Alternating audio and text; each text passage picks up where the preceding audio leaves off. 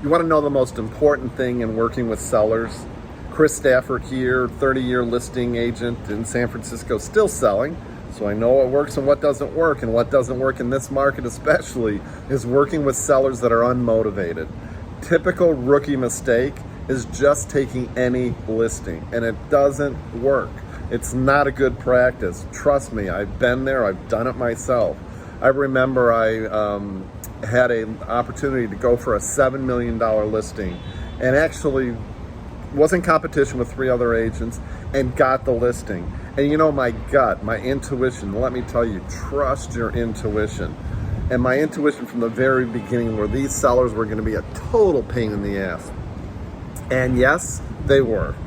I got the listing, we started doing the marketing, we eventually brought it to market, but they were just a pain in my side. They critiqued everything, they micromanaged everything, and it was just a total cluster. And I ended up $7 million listing, which I didn't want to price it at $7 million. I wanted to price it at $6 million because I thought it was overpriced. And after 3 weeks on the market, I basically told the sellers to go to hell. I fired them and I didn't want to work with them anymore. Oh my God, talk about a sigh of relief. I mean, it was a huge weight off my shoulder.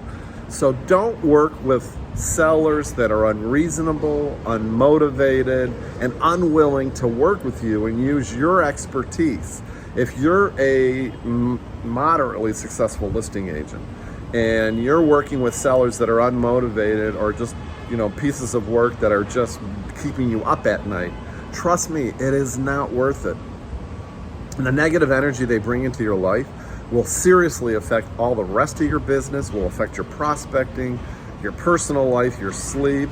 I mean, what else is there?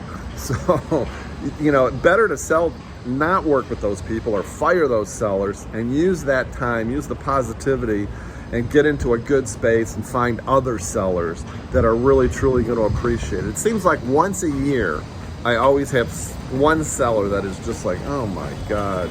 And the best thing is set your boundaries up front, tell them how you're going to work and tell them how it's going to be and talk to them constantly about price reductions. And if they are receptive and if they are listening to you, great. If not, trust me, I don't care if you've been in the business 1 year or 30 years like me. It is not worth working with people like that. Let's talk more about it. Hit the link around this video and we can talk about how we can find the best sellers for your listing pipeline and your listing business. All right, guys, follow me, like the video, and we'll talk real soon. Be kind to yourselves. Ciao.